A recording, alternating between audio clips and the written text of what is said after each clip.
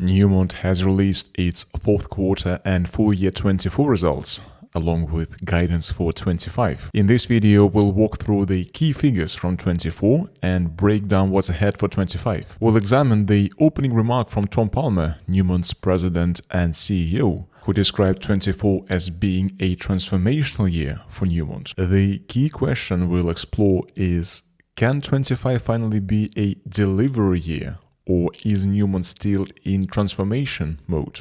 Palmer also points to a strong foundations of operational and financial performance, citing record operating cash flow. We'll dig into what actually drove those cash flow, whether it's sustainable, and under what conditions Newmont can maintain or improve it. We'll also spend extra time assessing Newmont's cost structure, especially its all-in sustaining costs, and whether there is room for meaningful improvements going forward. And as a bonus, at the very end, something timely came out while I was working on this video, so stick around. Let's begin with sales. In the fourth quarter, Newmont reported sales of $5.7 billion, up 23% quarter-over-quarter from $4.6 billion in Q3. On a full-year basis, sales increased to $18.7 billion in 24, up 58% year-over-year from $11.8 billion in 23, the highest level Newmont has ever recorded. In both cases, the increase was driven by two factors: a stronger average realized gold price, which rose 5% quarter-over-quarter and 23% year-over-year, finishing at $2,400. As well as higher attributable gold production, which increased 14% quarter-over-quarter to 1.9 million ounces in Q4 and 6.85 million ounces for the full year of 24, a 23% year-over-year increase, the highest production level in Newmont's history. Using Newmont sensitivity analysis, $100 increase in gold price per ounce adds little over $500 million to revenue. With gold prices up over $450 per ounce year-over-year, that applies a $2.4 billion sales boost. Newmont reported cost applicable to sales of $2.4 billion in Q4, up from $2.3 billion in Q3. On a full-year basis, costs increased to $8.96 billion compared to $6.7 billion in 23. On a per-ounce basis, costs decreased 9% quarter-over-quarter to $1,096 in Q4, but increased 7% year-over-year to $1,126 an ounce. Total cost and expenses were at $3.7 billion, down from $3.5 billion in Q3 24. On a full-year basis, total cost and expenses increased to $14.2 billion in year 24 compared to $13.5 billion in year 23. However, 2023 was impacted by elevated reclamation and impairment charges following the Newcrest acquisition. From an operating efficiency standpoint, general and administrative expenses rose 48% year-over-year in 24 to $442 million, and the year also included a material loss on assets held for sale related to Lihir and Havrion divestment, which were closed in December 2024. Despite a modest increase in total cost, Newmont's higher production and stronger gold prices had a far greater impact, resulting in net income of $1.4 billion in Q4, up from $0.9 billion in Q3.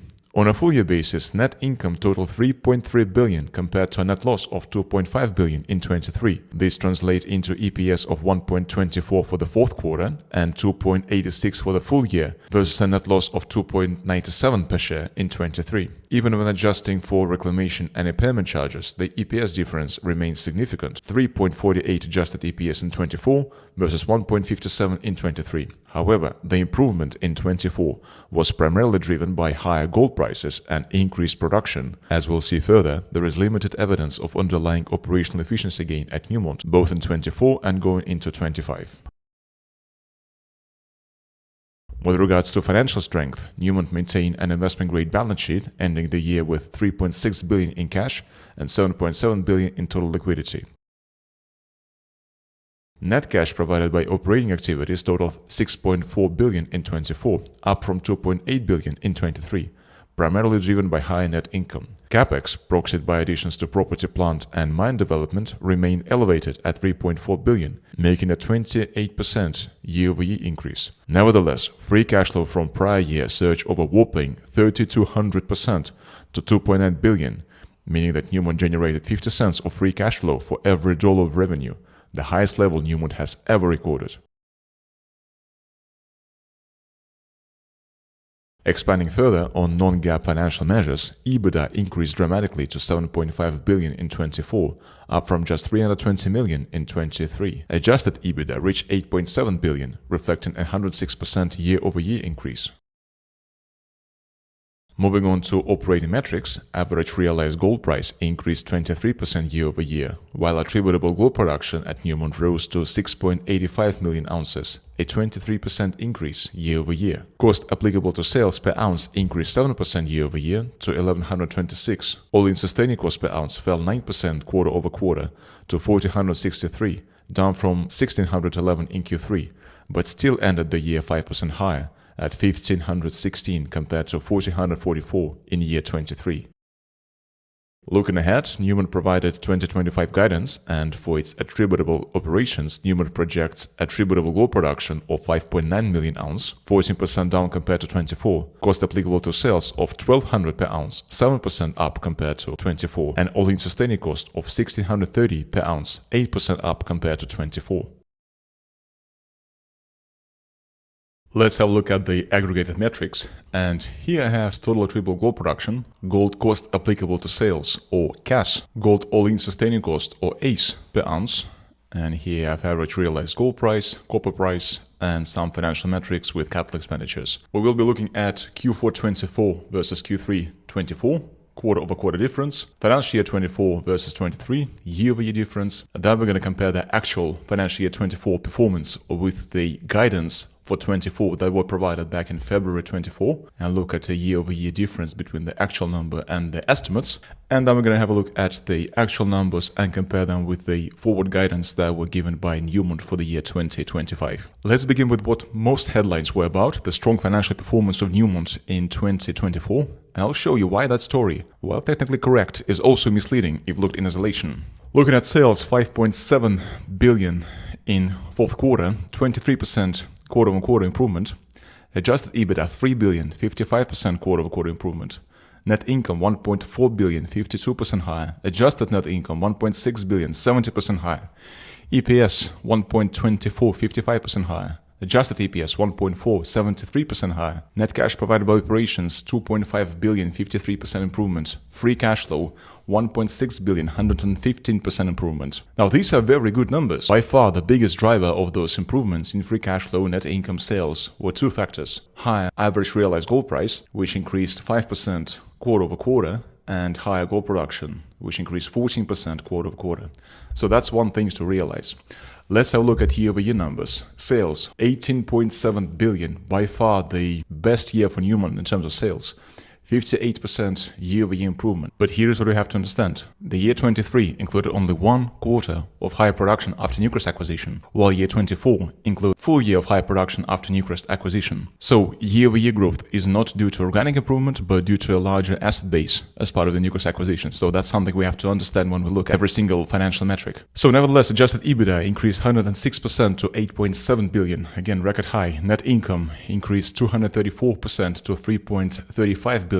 Although year 23 was impacted by high impairment charges and reclamation costs. Adjusted EBITDA 201% improvement year-over-year, almost 4 billion. EPS 196% year-over-year improvement from negative number, negative 2.87 to positive 2.86. Adjusted EPS, if we adjust for these high reclamation and impairment charges in 23, 122% increase, 3.48. Net cash provided by operations, 130% increase at 6.3 billion. Free cash flow, 3,200% improvement at 2.9 billion. So these are very good numbers.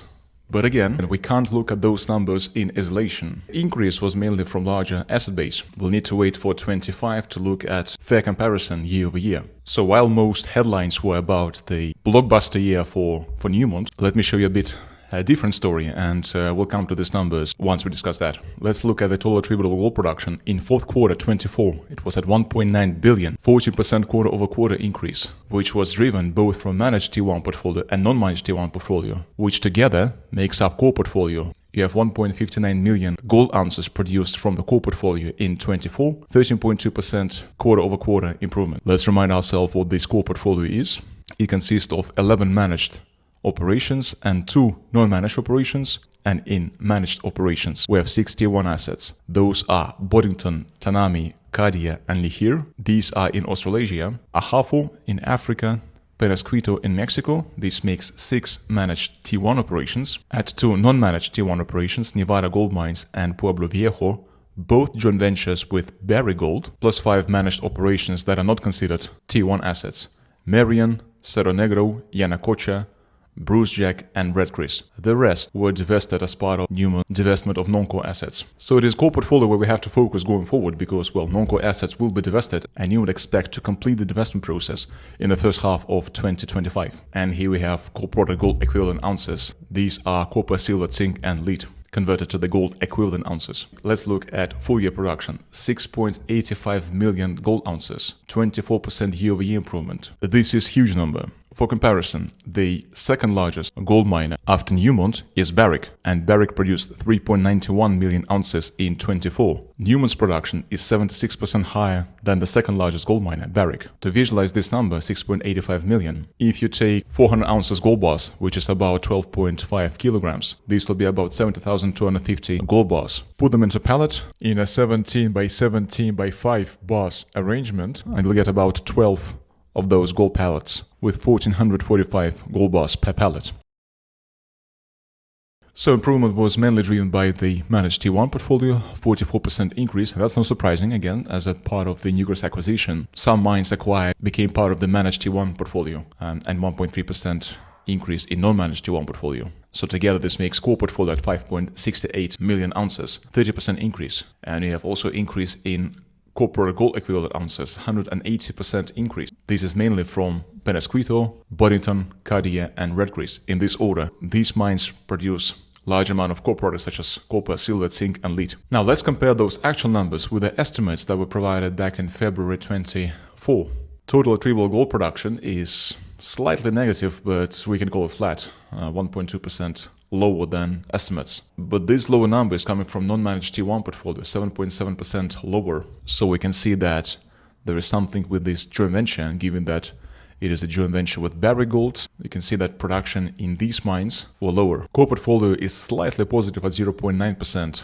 And non-core assets are lower, 10% lower. I believe that's one of the reasons why Newmont decided to divest those non-core assets. Let's look at the forward guidance. Newmont estimate to produce 5.9 million ounces. This is 14% lower compared to the 24, mainly driven by lower production from non-core assets, 74% decrease there. Newmont expect to divest those non-core assets in the first half of 25, so it is reasonable to expect lower production. Now, low production is not the problem if the decrease in cost applicable to sales and sustaining capital outweighs the decrease in production. Because remember how we calculate the all-in sustaining cost, right? We take the cost applicable to sales, we'll add small items, we add sustaining capital, we get all-in sustaining cost, we divide it by the ounces sold, which is related to ounces produced, and we get all-in sustaining cost. So the lower production you have, the higher all-in sustaining cost you will get, all else equal. And I'll show you in a moment. Reduction in costs did not outweigh the reduction in production, leading to increase in all-in sustaining cost per ounce. Let's look at cost applicable to sales per ounce, or CAS. Quarter over quarter, 9% reduction to 1,096, and core portfolio 9% reduction to 1,050. Even in non-core assets you saw some reduction. Now year over year we see some escalation. We see 7.2% escalation for CAS year over year, driven both by managed portfolio and non-managed, but we saw 14% CAS escalation in non-managed portfolio. So again, this hints me that there is something going on with Barrick, where Barrick has majority interest. Nevada Gold Mines and Pueblo Viejo. Core portfolio saw 5.4% increase in CAS, finishing at 1,071. Let's compare this with the guidance provided back in February 24. 7% higher CAS per ounce for gold consolidated and 7% for core portfolio. So estimates were 1,000 and actual number 1,071. Now looking ahead, Newmont expect 1,200 CAS per ounce in 25. This would be 6.6% higher compared to 24, mainly driven by increase in managed T1 portfolio, 13% increase there, which means that core portfolio will see 10% CAS escalation in 25. Moving on to all-in sustaining cost, or AISC, per ounce. Quarter over quarter saw improvement, 9.2% improvement, finishing at 1,463 compared to 1,611 in Q3. Reduction in AISC was both in managed portfolio and non-managed portfolio. Core portfolio finishing 7.5% lower. Year over year, picture is a bit different. You had 5% year over year increase in the AISC per ounce, finishing at 1,516, mainly driven by non-managed portfolio. 15% there. So obviously those two mines where Barrick hold majority interest have some ACE escalation. Core portfolio finishes little over 5% higher at 1461. And of course non-core assets saw escalation, 9.4% escalation. Again, that's one of the reasons that Newmont decided to divest those non-core assets. Newmont expected to show 1400 ACE per ounce for total portfolio and 1300 for core portfolio. The actual numbers were 8.3% higher and 12.4% higher. So there are some escalations versus the guidance provided. And I'll show you in a moment the drivers of this ACE escalation. Let's look at forward guidance. They are higher. Newmont expect to get 1630 for all-in sustaining cost per ounce in 25, mainly driven by managed portfolio, 14% escalation there, which means that core portfolio is estimated to be at 1620, 11% escalation there. And of course non-core assets, 12% decrease there. Newmont expect us to close the divestment process in the first half of 24. Now, I want you to see what's going on here and the extent of price escalation going on. Back in February 24, Newmont provided ACE guidance for the core portfolio of 1300. The actual number was 12% higher at 1461. The forward guidance for 25 is 1620. 11% higher than actual numbers. So in 1 year time, Newmont expect ACE to increase 25% to 1620 from 1300 in 2025. And that's despite the non-core asset divestment. The escalation is going on in managed portfolio. And I'll show you in a moment where Newmont expect this escalation to come from. So that's why I told in the beginning that the headlines focusing on the blockbuster year for Newmont, while technically correct, is also misleading if looked in isolation. Let's look at capital expenditures, finishing at 875 million. Call it flat quarter over quarter. Year over year, we see some escalation in capex, 28% year over year increase, finishing at 3.4 billion, driven by both sustaining capital, 21% escalation there, and development capital, 21% escalation there. Actual numbers were also 10% higher than guidance provided back in February, driven by both high sustaining capital and development capital. 5.8%, 9.2% respectively. However, going forward, Newmont expects slight reduction in capex, 6% reduction, mainly driven by development capital, 6% reduction there, and slight decrease in sustaining capital. Sustaining capital keeps existing operations running. These are things like equipment replacement, infrastructure maintenance, tailings management, things like that. Development capital expands, improve, or create new production. Is things like new mine construction, major expansion, stripping, access to new ore zones, things like that. So Newmont expects reduction in development capital. So here are the things I see so far. I see the improvements in financial performance driven by higher asset base in 24. So I will be very cautious with those headlines number there. I see quarter-over-quarter improvements, which is mostly driven by two factors: higher average realized gold price and higher production. So since Newmont has operational leverage, the increase in gold prices will lead to increase in sales. That's pretty logical. Gold production going forward will decrease 14%. I'm not concerned about that because I would focus on the core portfolio. We have core portfolio flat year over year, and this non-core asset divestment is welcoming. It is cost story when Newmont has some problems. It missed the guidance for 24. It provided high guidance for 25. And as I'll show you in a minute, I couldn't find the areas where Newmont can really improve the cost story, not at least before 2027. So while the financial performance is good, it would be a big mistake to focus on it in isolation. We'll need to have a look at costs, and let's do that. Now let's have a look at the drivers behind the gold production increase from estimates provided in 24 to actual numbers for 24 to estimates provided for 25. And we'll be focusing on core portfolio. We'll look at the drivers behind the all-in sustaining cost per ounce escalation, and we'll integrate the cash escalation discussion somewhere in the middle, beginning with production. These are numbers that we saw on the table, and this is 24 estimates, 24 actual, and 25 estimates. Here are the positive drivers, here are the negative drivers, which net each other. Let's look at positive. Our performance driven by strong grades from Cadia, Ahafo, and Penasquito. And remember, the gold production is the product of three things: how much ore was processed, what was the ore grade, and what was the recovery rate.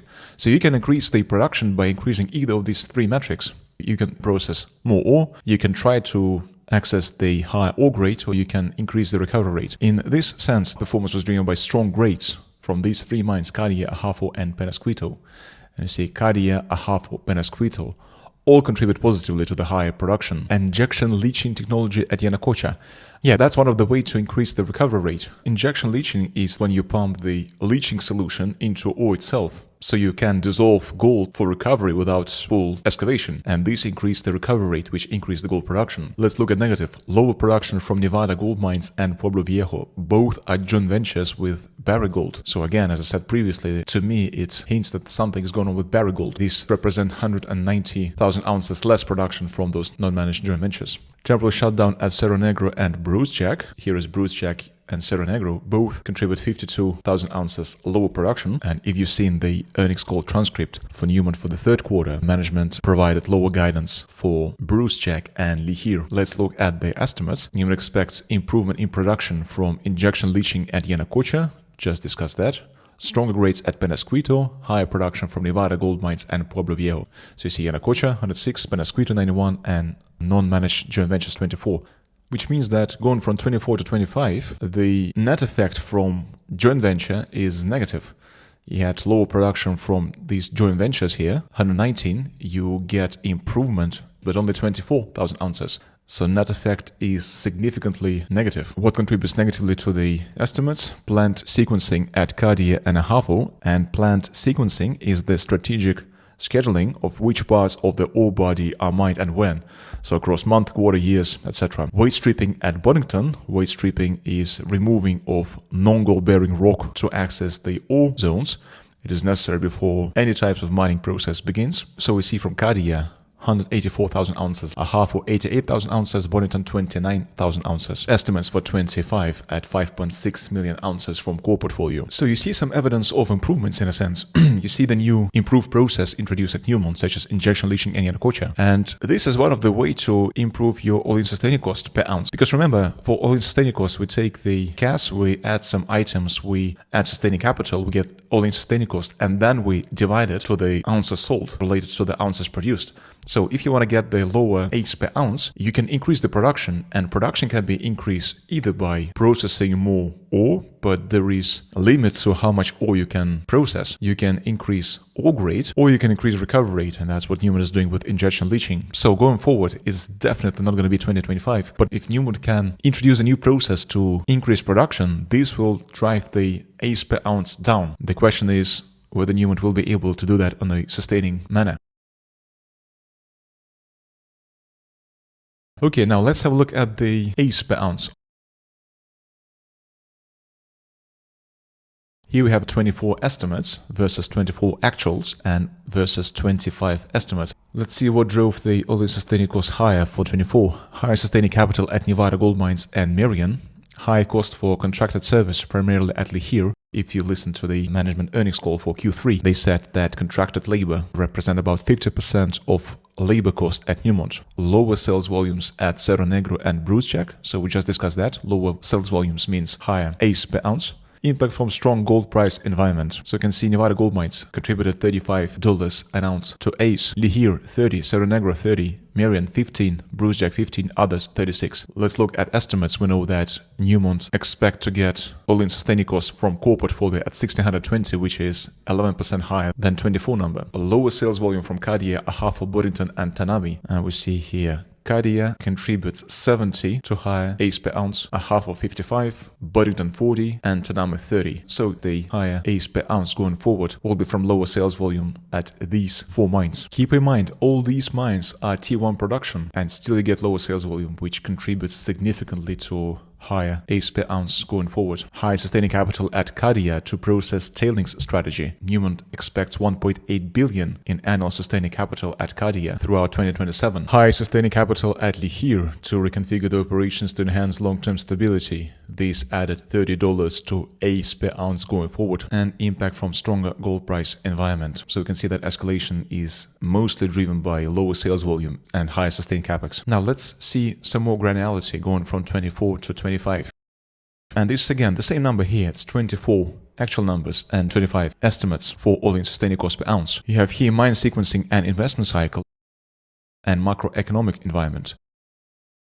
So about $30 increase in AISC is from volume, 80,000 lower volume, attributable gold production of 5.7 million ounces in 24 to 5.6 million ounces in 25. 40 is from capital reinvestment, so 300 million higher per year. Sustaining capital through 2027 primarily from tailings spend at Cadia. Here we go, the Cadia, $1.8 billion in annual capex per year throughout 2027. Looking at macroeconomic environment, $35 increase from the reserve price. Now this is non-cash, and what it means is that under US GAAP, at a $1,700 an ounce reserve price, a larger portion of total site costs, so including sustaining capital, overheads, etc., is allocated to gold instead of byproducts like copper and silver. So this is non-cash metric, but it still affects the all-in sustaining cost because high proportion is allocated to AISC. $10 increase from the gold price, so production taxes, royalties, and profit-sharing agreements at a $25 per ounce gold price, and 3% escalation assumed for direct cost and general and administrative. If you listen to Newmont's third quarter earnings call, when asked about the per ounce escalation, CEO tried to drive us towards the correlation between higher gold price and AISC per ounce, citing the inflationary pressure. But Chief Production Officer tried to correct CEO in a sense by saying that the inflationary pressure represent about a third of AISC per ounce increase. And if you look at it, it's very accurate. The escalation, 3% escalation, and the gold price making $54 represent about 34% of the AISC escalation. So it's a pretty accurate number. Again, I want to be clear here. The 2/3 of AISC per ounce escalation is driven by the Newmont's operation itself. Macroeconomic represents about a third of AISC escalation. And that's a peculiar thing. Newmont expects $10 increase in AISC per ounce for every $100 increase in gold prices. At the time of recording this video, the gold is at $3,200 per ounce. Let's be a bit conservative here and say that the realized gold price will be $3,000 by the end of 2025. If that's the case, it means that AISC per ounce are expected to increase by $50. So that's what Newmont is saying here. Let's have a look at this same AISC per ounce from a different perspective, and we'll see whether there are some room for improvements, and if yes, from which areas. Alright, here is the board, all the big numbers from Newmont's report and presentation laid out in one place. Some of this stuff we've already seen, some of it's new. What we're after now is AISC. We're gonna hit it from every angle to see whether Newmont can actually bring those AISC number down, and if yes, where it's likely to happen and when. We've seen this table before and already broken down production and AISC per ounce for the core portfolio when looked at these graphs. Here we had a production breakdown, and here we had AISC per ounce breakdown. Now let's hit it from different angle, and for that we look on total portfolio, those core and non-core assets. Here is our AISC per ounce of $1,516, and here is the estimates for 2025. Let's now look at the two biggest drivers of AISC, cash and sustaining capital. The 1,516 figures is derived by dividing total AISC of 9.9 billion by 6.5 million of ounces sold. The biggest component of AISC are cash, 7.4 billion or 74%, and sustaining capital, 1.6 billion or 16%, which together makes up around 90% of total. Everything else contributes just 10%. So when Newmont management talks about reducing G&A, keep in mind it represents only a small fraction of AISC. In terms of year-over-year changes, cash increased by 29% or 1.7 billion, sustaining capital rose 14% or 200 million, and G&A went up by 49% or 130 million. In total, these increases lifted AISC by 27% or 2.1 billion. Now, this doesn't automatically lead to a higher AISC per ounce if production rises enough to offset the cost increase. However, that wasn't the case. Ounces sold rose 21% or 1.12 million ounces. Divide the cost increase of 27% by the volume increase of 21%, and you get a 5% rise in AISC per ounce, about $72. It cost Newmont $1,516 to extract and process 1 ounce of gold, with an average realized gold price of $2,408 in 2024. The rough margin per ounce was $892, or 37%. Now let's look at 25 estimates. Cash is expected to drop by 1.3 billion, or 17%. Why? It's mainly due to divesting non-core assets, which also drive reductions in other areas. But of course, selling assets also reduces production. So does the cost drop outweigh the volume loss? Not quite.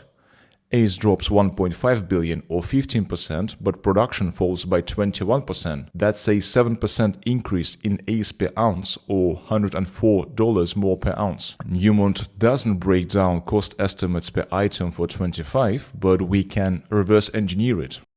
Held for sale assets, 6 mines agreed to be sold, accounted for 1.65 billion in cash, 1.2 million ounces in production, and 362 million in sustaining capital in 24. Estimates for 25 project a 1.3 billion drop in cash, 123 million drop in sustaining capital, and 1.36 million fewer ounces sold. That tells us most of the cash and sustaining capital reductions will come from non-core asset divestments. However, since projected cash and sustaining capital for 25 are still higher than 24 core-only levels after deducting non-core held-for-sale assets, we can conclude there is some cost escalation within the core portfolio. So, divesting non-core assets alone isn't enough to bring down ACE per ounce.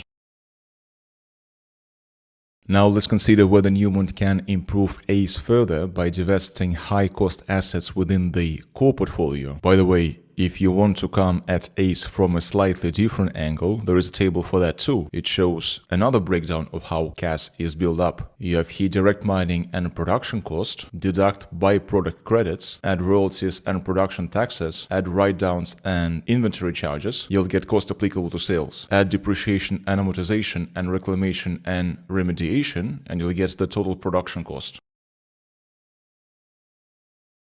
So let's see whether Newmont can improve ACE further by divesting high-cost assets within the core portfolio. Looking at cash, sustaining capex, and ACE per ounce across operations, we can identify inefficiencies. Nevada gold mines, Lihir and Ahafo, contribute the most to cash, but that's not meaningful in isolation. We need to consider it relative to production. Ahafo, for example, has one of the lowest cash per ounce.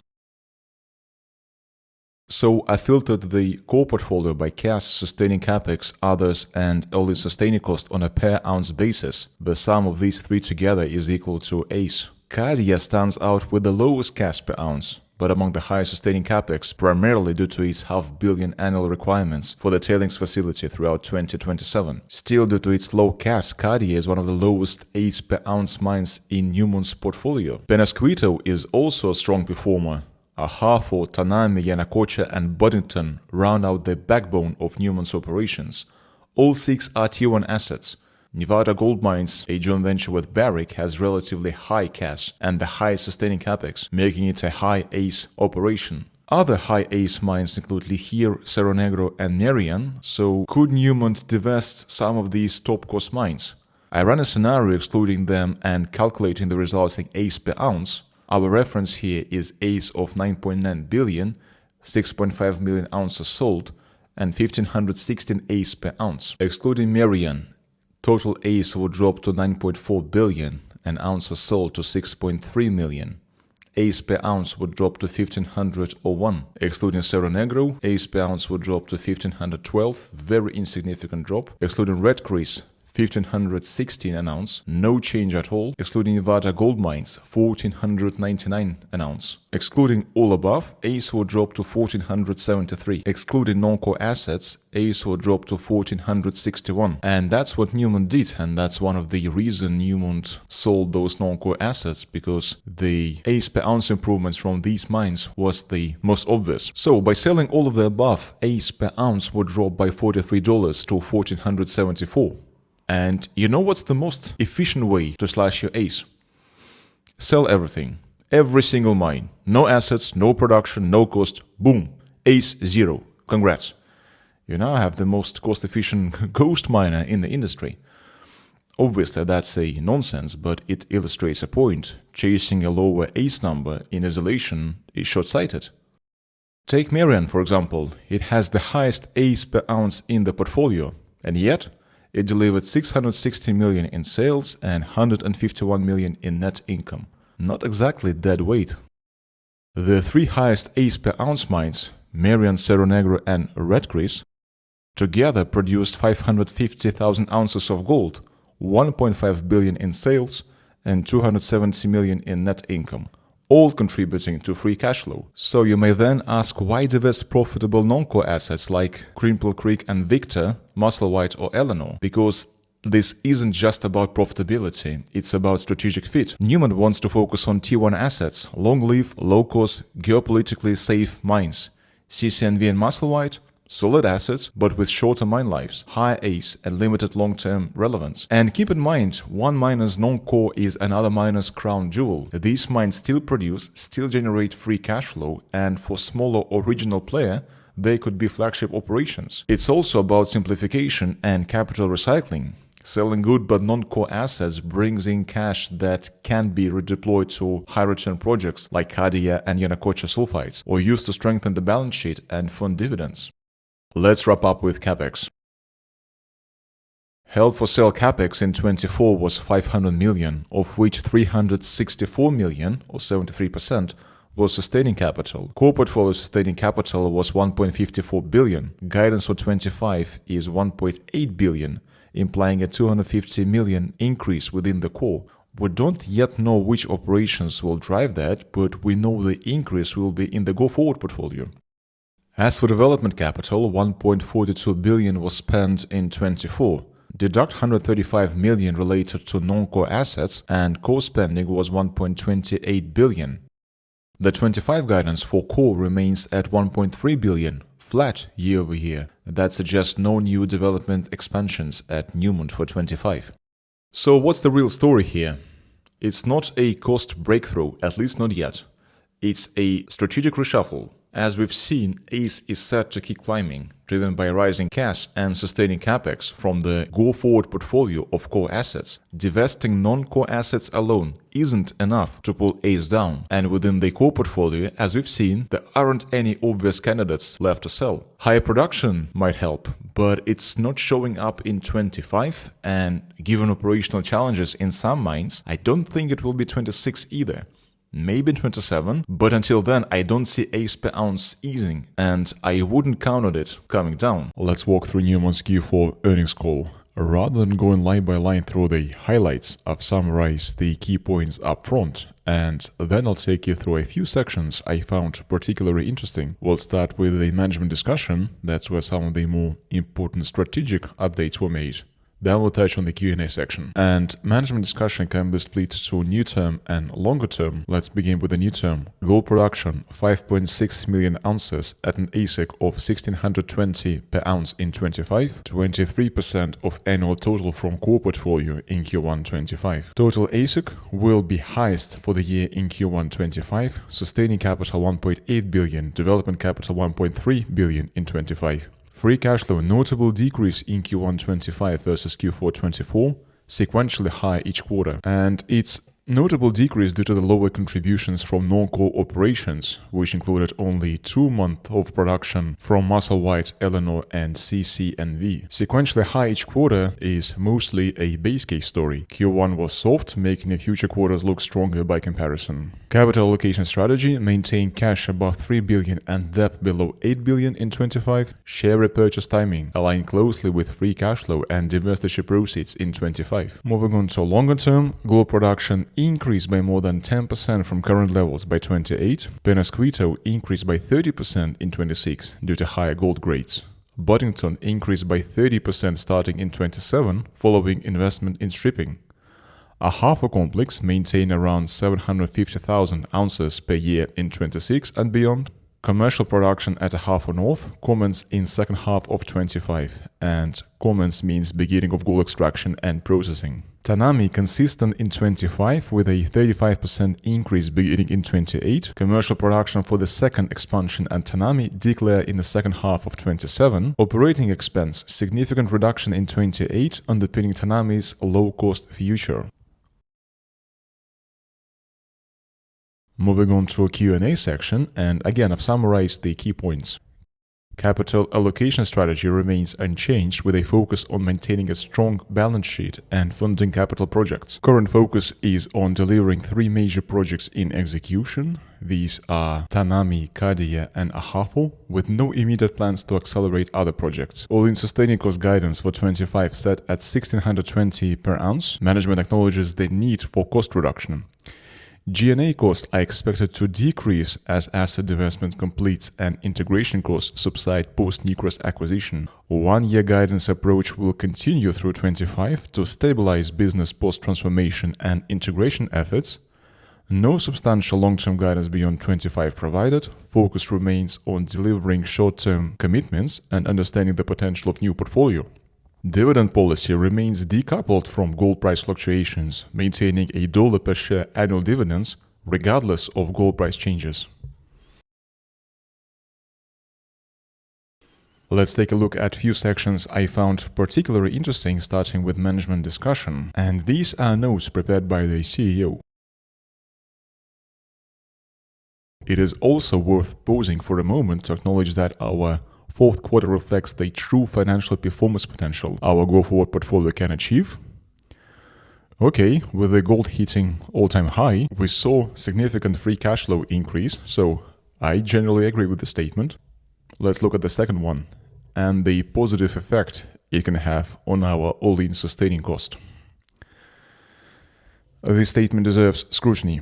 We've seen AISC rose from an estimated $1,300 per ounce in 24 to an actual of $1,461, and is now expected to increase further to $1,620 in 25. So the data paints a very different picture than the narration, and so far we've only seen the negative effect Newmont's go-forward portfolio can have on its AISC. Newmont has repeatedly missed cost guidance, and so far the only visible improvements is in CEO language, not in the reported figures. Until we see sustained delivery, this remains more of a narrative than a demonstrated trend. Let's take a look at another one. But to explain where we're going, it is important to first appreciate where we are today. Newmont's high-quality portfolio is a great platform for investors to gain exposure to gold and copper fundamentals. I generally agree with this statement. I wouldn't call it a great platform, I would just call it a platform for investors to gain exposure to gold and copper fundamentals. I mean, Newmont's portfolio includes more than half of the world's Tier 1 gold operations. They have the largest scale, longest life, and arguably the highest quality combination of assets with capacity to perform for decades. So I generally agree with the statement that Newmont's high-quality portfolio is a platform for investors to get exposure to gold and copper fundamentals. Let's look at the second one. While benefiting from the improvements we are making to drive operational performance.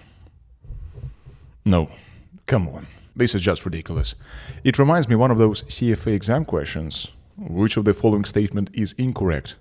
You start reading the options and one of them sounds so confidently correct that you immediately circle it, only to realize later or not realize that the question asks for the incorrect statement. That's exactly what this feels like to me. The way it's just phrased makes it sound like operational performance is already improving, but the actual results don't support that at all and are very different in fact. It is confidently stated, but fundamentally wrong. So of course I disagree with the statement and, let me go as far as just crossing this out because this is just complete misleading statement. That's not what we see at the moment. No, it's not happening in 25. Let's take a look at a few sections I found particularly interesting in Q&A section. Question from Goldman Sachs. The question was, with the gold prices hitting all-time high and cash generation, where is it and where are you seeing it going? The answer from Chief Financial Officer, the capital allocation strategy remains unchanged, maintaining that strong balance sheet with around $3 billion in cash and debt below the $8 billion, steadily funding those cash generation capital projects, and then, of course, returning capital to shareholders. So $1 share annual dividend, no change there. Continuing with our share repurchases, and at the time of the call, $1.8 billion of a $3 billion authorized share repurchase program is still remaining. So no change to the financial policies.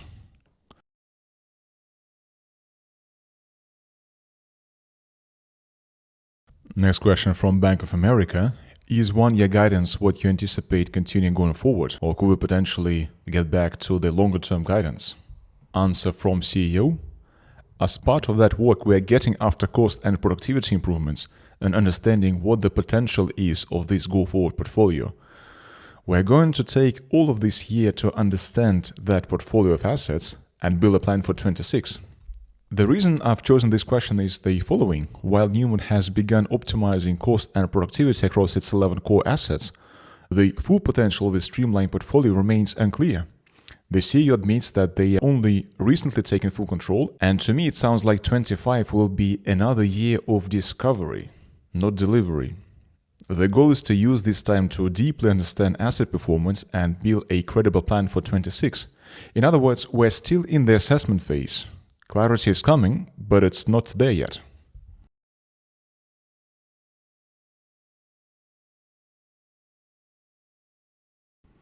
Next question from Citigroup regarding synergy run rate. Last quarter, you've reiterated and it's a mistake here. It's not 5 million, it was 500 million. So last quarter, you reiterate the 500 million synergy run rate, but I can't see those in the Q4 release. So can you pull out for me where I see those numbers in the financials? It seems like OPEX and expenses both look higher and not lower. Probably this analyst was so impressed by the narration of the CEO about the delivering operational performance to investors that he decided to check the statement. Anyways, the answer from the CFO here, those synergies were in G&A, but the accelerated cost overwhelmed those synergies that were in the G&A. Our costs were elevated through 24 and into 25, and that's where, as Tom was speaking in his prepared notes, we have to get after those costs. Funny enough, in his prepared notes, Tom was speaking about Newmont being a great platform for investors to benefit from improvements in operational performance. Quite a contrast from the upbeat narrative. I can't help but have a... Ha! Gotcha. You have got me. Newmont openly acknowledges that costs have been elevated through 24, and are expected to remain high into 25, and they admit they still need to get after those costs. To me, that's a clear signal. Cost discipline remains a major unfinished task heading into 25. And last one here, also from the CEO, we're going to take every part of 25 to get after cost and productivity improvements in our go-forward portfolio and understand where we might be able to take this essentially new portfolio for us and build that into 26. So to summarize what we've just seen, there is no change to Newmont's $1 per share annual dividend. As of the time of this call, Newmont still had 1.8 billion remaining under its authorized share repurchase program, with 1.15 billion shares outstanding. That translates to a potential return of about $1.57 per share, or roughly 3.5% ownership impact. I'd call that moderate. That said, the full potential of this newly streamlined portfolio, particularly the operations acquired through the Newcrest acquisition, is still unclear. And I'm not referring so much to legacy sites like Penasquito or Yanacocha, but rather to assets like Cadia and Lihir acquired as part of Newcrest acquisition, which are still being integrated and fully understood, as was mentioned several times by the CEO. These new additions carry significant long-term potential, but for now, the company is still in the process of unlocking it. Finally, the cost discipline remains a major unfinished task as Newmont's move into 25. So again, to me, it sounds like 25 is going to be another transition year for Newmont rather than delivery year. So where do I stand on Newmont as an investment? The financials for 24 were undeniably strong, driven by high gold prices and record production volumes. Operationally, though, Newmont still faces challenges. AISC remain elevated, and we likely won't see the full benefits of portfolio transformation until 27. Yes, Newmont has made the right moves, streamlining down to a core portfolio of 11 managed, 2 non-managed operations, and divesting non-core assets, and we must give Newmont's credit here. It has executed well on its divestments, successfully completing its non-core asset divestments program as of April 16th. Newmont has already received more than $2.5 billion in cash proceeds in 25 and expects the total gross proceeds from announced divestitures to total up to $4.3 billion. This cash will be used to strengthen the balance sheet and return capital to shareholders. But the real payoff from those actions is still ahead.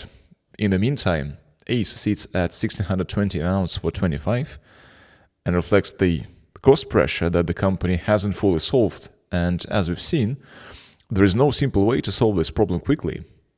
It will be a gradual process of reducing direct mining costs, overheads, capex, and getting stable production.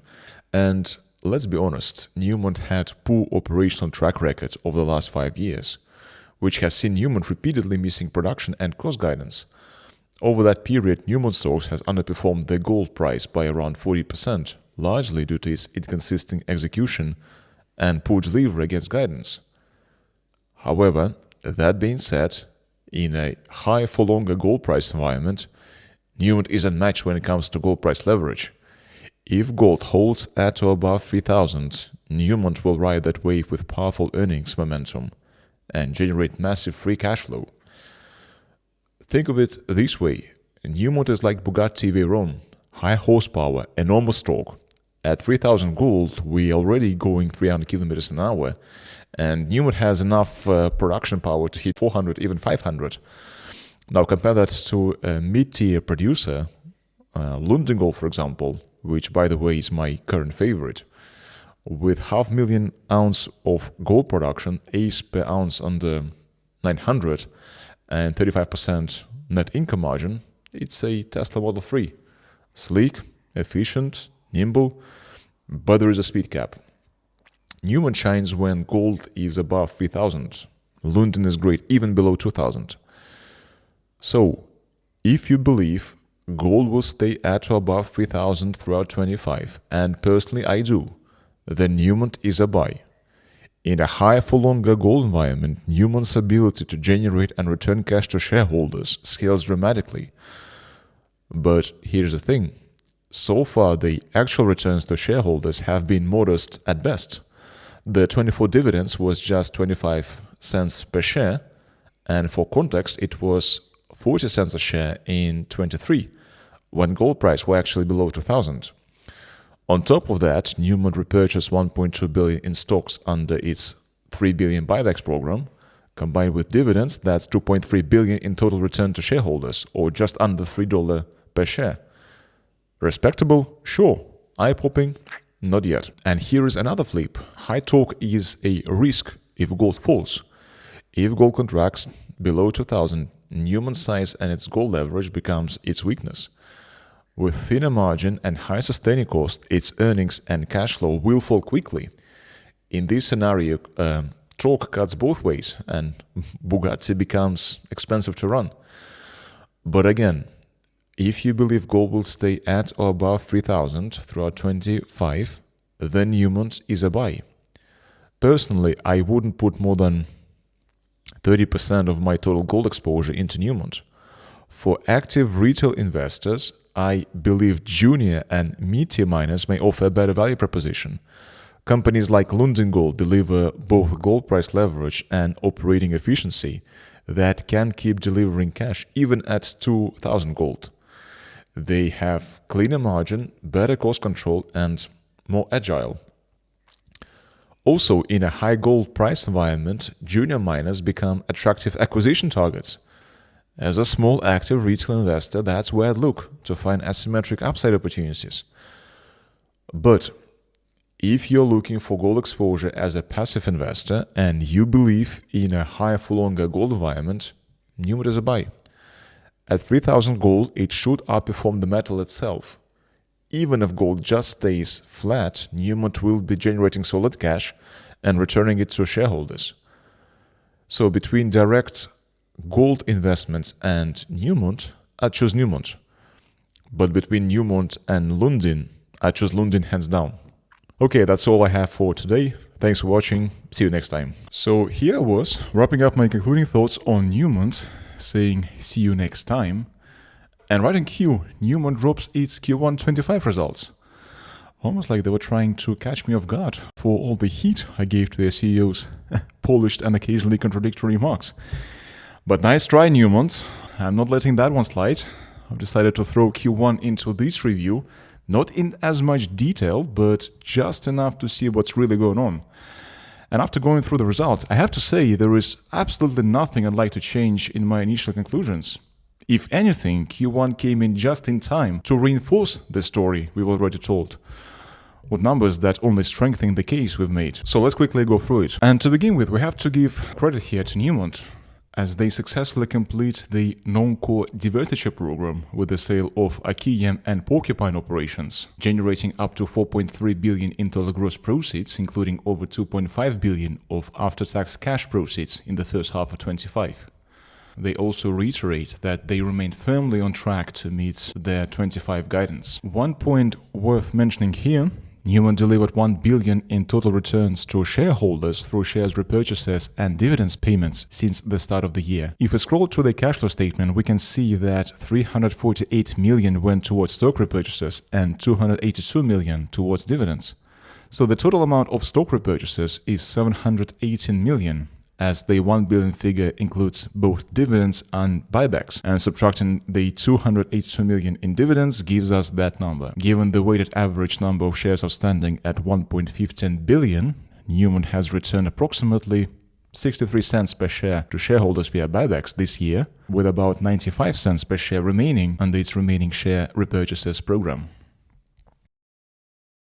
So let's discuss the summary of first quarter results. Average realized gold price was $2,944 per ounce, an increase of $301 per ounce over the prior quarter. Attributable gold production decreased 90% to 1.54 million ounces, and this 90% decrease was primarily due to the reduced contribution from non-core operations, which include only 2 months of production from Musselwhite, Eleanor, and CC&V. And additionally, there was an impact from lower production at the non-managed joint ventures at Nevada Gold Mines and Cerro Negro. And if we scroll a bit down to the non-managed joint ventures, we can see that Nevada Gold Mines attributable gold production decreased 23% to 260,000 ounces, with a 21% increase in cash per ounce to 1,426. Ouch, double effect here. You have a decrease in production, increase in cash. As a result, AISC per ounce increased 20% from the prior quarter to 1,789 per ounce. Wow, that's a massive number. Keep in mind, this is Tier 1 asset. In fact, this is one of the largest, if not the largest, gold mine in terms of production. And what an increase in AISC. I guess Barrick has real trouble there. Pueblo Viejo attributable gold production decreased 21% to 49,000 ounces compared to the prior quarter. So really negative impact here from the non-managed joint ventures, where there is little that Newmont can do in terms of improvements. But then we've got this. Fruta del Norte. Production up 10% to 43,000 ounces. Now let's not forget, this isn't a Newmont-operated mine. This beauty belongs to Lundin Gold, a single asset company running just this one mine. And I've said it before, Lundin's my personal favorite right now. So really, with Newmont's operational headache, why go through all this pain when you could just own the one actually doing well? Bye. Alright, let's get back to our table. Gold cost per ounce increased 12% to $1,227 per ounce compared to the prior quarter, and total costs amounted to $1.8 billion for the quarter. This 12% increase was primarily due to lower gold production, higher royalty cost, and greater allocation of cost to gold at co-product production sites due to a previously announced reserve price update. Gold AISC per ounce increased 13% to $1,651 per ounce compared to the prior quarter, primarily due to higher costs per ounce. Remember, the guidance for 25 was $1,630 per ounce. So Newmont stated that this was as expected, and they indeed provided in their guidance back in February that they expect the highest AISC to be in the first quarter, so this is in line with expectations so far. Net income was $1.9 billion or $1.68 per diluted share, an increase of $488 million, and this increase was primarily driven by a gain on the sale of assets held for sale of $276 million compared to a loss in the prior quarter.